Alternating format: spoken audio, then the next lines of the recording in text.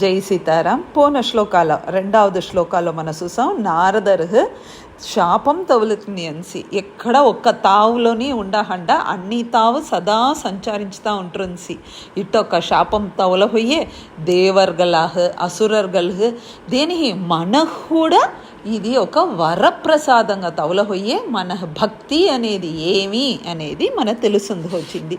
ఇవాళ మూడవది శ్లోకాల్లో మనం చూసామంటే తతః అనేసి భట్టత్రి అనేది దావెన షష్ట్యా దుహితృభి ఈ దక్షణ తన్నోడ 60 కూతుర్లు పెట్టు వాళ్ళ మూలంగా పుట్టే బిడలు అదావదు మనాండ్లు మూలంగా కులౌఘాన్ సృజత మేర్కొండు ఆ సృష్టి అనేది చేసిందామించారు అనేది చూస్తున్నాము. దౌహిత్రి సూనుహు అనేరు తన్నోడ కూతురుతో పుట్టిన కొడుకు తన్నోడ మనాండాన సహ విశ్వరూప ఆ విశ్వరూపం మూలంగా ఆజౌ అనేరు పెద్ద పోర్లో త్వత్స్తోత్ర వర్మితం మీయోడ స్తోత్రం చెప్పి ఆ వర్మం అదావదు నారాయణ కవచం దీన ఇంద్రన్ చెప్పించి అజాపయత్ ఇది చెప్పిందానే ఇంద్రన్ నుంచి జయించింది వల్లవింది. హే దేవ హే గురువాయూరప్ప త్వదీయ మహిమ మీయోడ ఇటువంటి ఈ పెరుమైన సర్వజైత్ర కలు అన్ని డైరెక్షన్లోని పరవని అనేరు. ఇవాళ ఈ ఒక్క శ్లోకాల్లో మీరు ఒక్కటి బాగా గేమ్ పెట్టుకునండ దక్షిణోడ కూతురోడ బిడ్డ అదావదు దక్షిణోడ మనాండే విశ్వరూపన్ ఇది వెరికి మొట్టు గేమ్ పెట్టుకునండ ఈ విశ్వరూపనే నారాయణ కవచం ఇంద్రన్ చెప్పించారు అనేది గేమ్ పెట్టునంట. ఈ నారాయణ కవచం ఫుల్ డీటెయిల్స్ వచ్చి ఈ దశకం కంప్లీషన్లోనే మీకు పురింజన. సో ద ఫస్ట్ పార్ట్ చూసామంటే 3rd శ్లోక వెరిగి ఉండింది మీరు వినునండ. ఇవాళ 4th శ్లోకాలు ఏమవుతుంది அடுத்தது ఇంకొక స్టోరీ రోగ్లో మనం పోహొయ్యాము. 4th శ్లోకాలు చూసా అంటే భట్టత్రి అనేరు ప్రాక్ అనేరు ముందు ఇప్పుడు ఒక సమయం అనేసి అర్థం. శూరసేన విషయే శూరసేన అనే రాజ్యంలో చిత్రకేతు నృపతి అక్కడ చిత్రకేతు అనేసి ఒక రాజా ఉంచారు.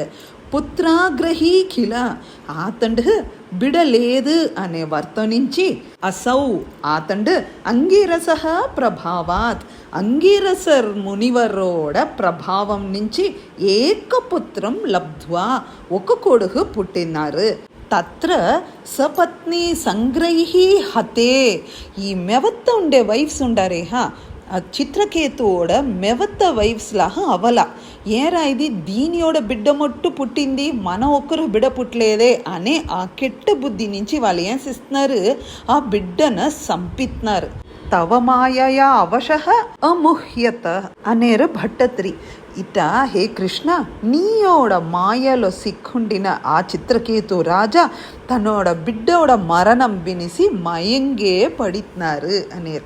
அடுத்தது 5th శ్లోకాలో చెప్పారు దయాళుహు నారదః తు అప్పుడు కరుణైతో కూడిన నారదరు అంగిరసా సమం అంగిరసర్ అనే మునివర్తో కూడా తొరహొచ్చి ఆ చిత్రకేతు రాజా ముందత్తి సుతస్య జీవం ఆ చచ్చిపోయిన బిడ్డోడ ఆత్మాన ఉపదర్శయ లెవపెట్టి మాట్లాడపెట్టారు.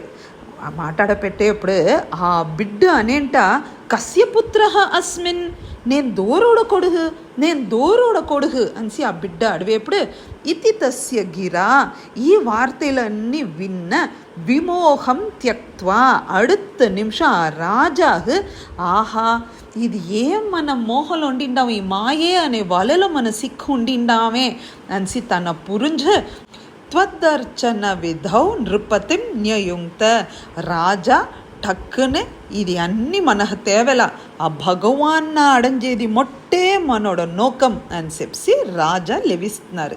మనందరూ ఒక సందేహం ఉన్న ఇది ఏమి నేను దూరోడు కొడుకు అంటే ఇక్కడ ఏం సూక్ష్మం అని చూసామంటే దీని అగైన్ మన భాగవతం రోగులనే పోలే దానిలో క్లియర్గా మెన్షన్ చేసింది. అంగీరసర్ని నారదర్ ఏం చెప్పారంటే ఆ బిడ్డతో హే పుత్ర నువ్వు ఎక్కడికి పోతాండావు వేగంగా ఇంకొక లోకం పోహ ఇక్కడ మెయ్య ఏడుతా ఉండారు, వేంగర వచ్చి మెయ్యను చూడు అనేదానిహే దోరున అయ్యా అనేసి ఆ బిడ్డ అడవేరు. ఆ బిడ్డ జననం మరణం అనేసి నేను ఎన్నో జన్మాలు ఎత్తిండా, దానిలో ఏ అయ్యన మీరు ఎత్తి చెప్పారు అనేదే ఇక్కడ మనం తెలుసుకోవాల్సిన సూక్ష్మం. సో మేర్కొండ ఏం నడుతుంది అనేది రేపు తెలుసుంటారు. జై సీతారాం.